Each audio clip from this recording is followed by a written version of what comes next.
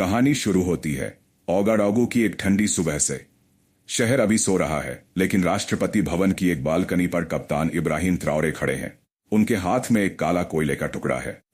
धूप की पहली किरण उस टुकड़े पर पड़ती है और वो चमक उठता है। ट्राओरे धीरे से कहते हैं, लोग इस पत्थर को फेंक देते हैं, लेकिन मैं इसमें हमारी आजादी देखता हूं। ये लम्हा एक इंकलाब की शुरुआत था। बुर्किना फासो की कहानी आसान नहीं थी।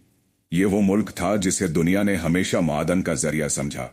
सोना, कॉपर और दूसरी मादन यहां से निकाली जाती, लेकिन मुनाफा हमेशा बाहर जाता।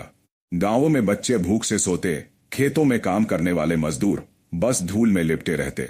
मगर ट्राओरे ने कहा, हमारी जमीन हमें सिर्फ गुर्बत नहीं दे सकती। अगर इसमें सोना है, अगर इसमें कार्बन है, तो इसका फायदा हमारे बच्चों को मिलेगा। इसी सोच से एक नया तजुर्बा शुरू हुआ। इस बार मंसूबा सिर्फ लैब डायमंड बनाने का नहीं था, बल्कि पूरी मुआशी ढांचा बदलने का था। ओगाडोगु में एक हाईटेक रिसर्च सेंटर बनाया गया।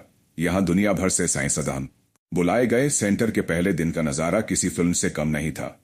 बड़े बड़े स्क्रीन पर डेटा चल रहा था, मशीनें गरज रही थीं, इंजीनियर दबाव और हरारत सेट कर रहे थे। ये वही दबाव था जो जमीन के 150 किलोमीटर नीचे पाया जाता है। इस अमल को HFT कहा जाता है, हाई प्रेशर हाई टेम्परेचर। इसमें कोयले के कार्बन को इतना दबाव और इतनी गर्मी दी जाती है कि उसके एटम एक नई साख्त में बदल जाते हैं। नतीजा, दुनिया का सबसे सख्त पत्थर हीरा। पहला एक्सपेरिमेंट नाकाम रहा। मशीनें ठंडी हो गईं, क्रिस्टल अधूरा निकला, लेकिन टीम ने हार नहीं मानी। दूसरे एक्सपेरिमेंट में गैस का प्रेशर बदला गया, तापमान बढ़ाया गया। तीसरे एक्सपेरिमेंट में चेंबर की पूरी डिजाइन बदली गई। हफ्तों की मेहनत के बाद वो लम्हा आया। चेंबर का दरवाजा खुला और एक छोटा सा पारदर्शी क्रिस्टल निकला। वो हीरा था, छोटे साइज का, लेकिन हीरा। कमरे में खामोशी थी। फिर किसी इंजीनियर ने ताली बजाई। सबने तालियां बजाना शुरू कर दी। ट्राओरे ने हीरा उठाया और कहा, आज हमने सिर्फ पत्थर नहीं बनाया, आज हमने उम्मीद बनाई है। इस एक्सपेरिमेंट की खबर फैल गई।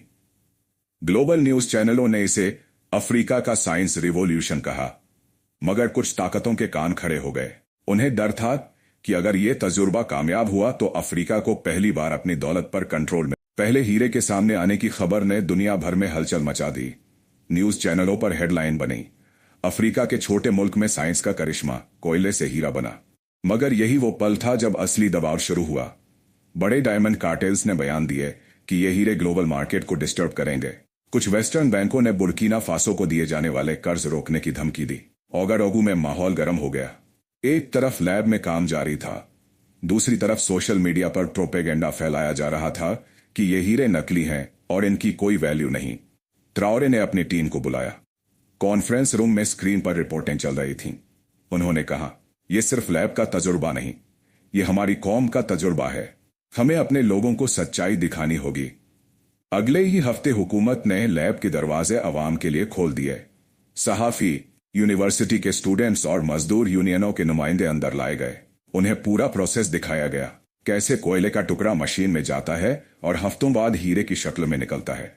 इस शफाफी का असर गजब का हुआ। टीवी चैनलों पर डॉक्यूमेंट्री दिखाई गई। लोगों ने पहली बार महसूस किया कि यह प्रोजेक्ट सिर्फ अमीरों का खेल नहीं, बल्कि पूरे मुल्क की उम्मीद है। लेकिन दबाव यहीं खत्म नहीं हुआ। एक रात अचानक लैब के पावर ग्रिड में साइबर हमला हुआ। मशीनें कुछ देर के लिए रुक गईं। इंजीनियरों ने पूरी रात काम करके सिस्टम बहाल किया। अगले दिन ट्राओरे ने अवाम से खिताब किया, अगर कोई समझता है कि वो हमें रोक सकता है तो ये उसकी गलत फहमी है। जितनी रुकावटें आएंगी, हम उतने मजबूत होंगे। साइबर हमले के बाद बुर्किना फासो की हुकूमत और सतर्क हो गई।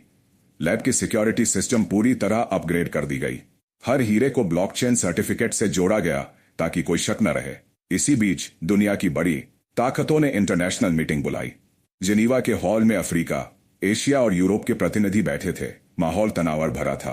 वेस्टर्न डेलीगेट्स ने कहा, अगर बुर्किना फासो ने यह प्रोजेक्ट जारी रखा तो ग्लोबल मार्केट डिस्टर्ब होगी, हमें पाबंदियां लगानी पड़ सकती हैं।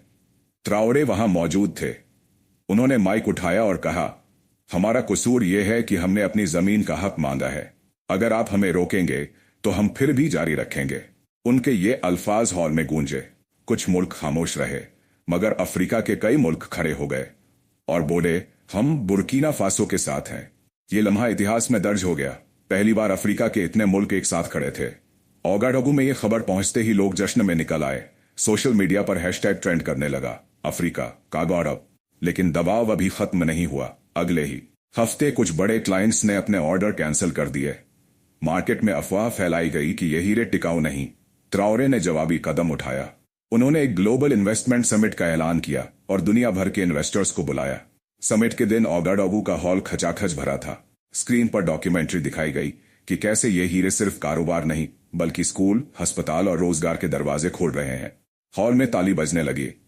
कई एशियाई और मिडल ईस्ट के इन्वेस्टर्स ने वहीं पर नए ऑर्डर साइन किए। ग्लोबल इन्वेस्टमेंट समिट के बाद बुर्किना फासो की पोजीशन मजबूत हो गई। मगर यही वो लम्हा था जब असली आर्थिक जंग शुरू हुई। बड़े डायमंड कार्टेल्स ने कीमतें और गिरा दी। इंटरनेशनल मीडिया में नेगेटिव रिपोर्टें छपने लगीं। बुर्किना फासो की हुकूमत ने जवाबी कदम उठाया।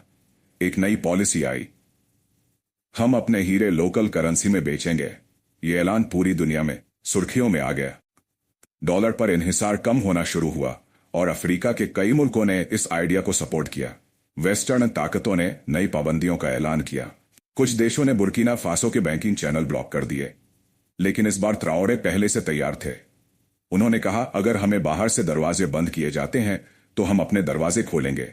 एक नए सिस्टम की तरफ एक नई अफ्रीकन डायमंड एक्सचेंज बनाने का प्लान पेश किया गया। इस एक्सचेंज पर सिर्फ अफ्रीकी हीरे ट्रेड होंगे। इस ऐलान ने मार्केट में हलचल मचा दी। ओगाडोगू की गलियों में लोग जश्न मना रहे थे। बच्चों ने छोटे छोटे झंडे उठाए, महिलाएं नारे लगा रही थीं। टीवी चैनलों पर लाइव कवरेज चल रही थी। मगर इसी जश्न के बीच एक और साजिश सामने आई। रिपोर्ट आई कि एक गैर मुल्की ग्रुप ने लैब के सप्लाई चेन में तोड़फोड़ की कोशिश की। इंजीनियरों ने तुरंत सिस्टम बचाया, लेकिन साफ हो गया कि दबाव अभी खत्म नहीं हुआ। ट्राओरे ने रात को एक तकरीर की। उन्होंने कहा, आज हमें सिर्फ हीरे नहीं बचाने, हमें अपनी आने वाली नस्लें बचानी है।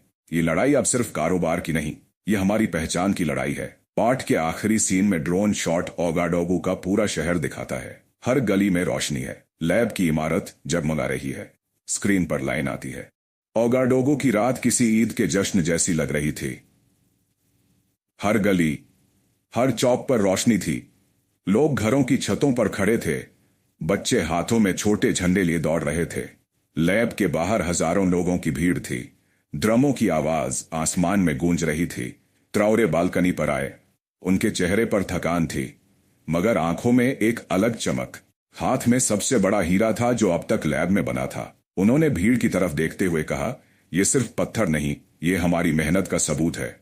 ये उस सफर की निशानी है जो हमने कोयले के एक टुकड़े से शुरू किया था। हर दबाव, हर धमकी, हर पाबंदी हमें रोक नहीं सकी। उन्होंने हीरा आसमान की तरफ उठाया। कैमरा स्लो मोशन में उस चमक को पकड़ता है। आज हमने साबित कर दिया कि अफ्रीका अपनी तकदीर खुद लिख सकता है। हमने दिखा दिया कि हमारी जमीन हमें सिर्फ गुर्बत नहीं, रोशनी भी दे सकती है। भीड़ जोरदार तालियों और नारों से गूंज उठी।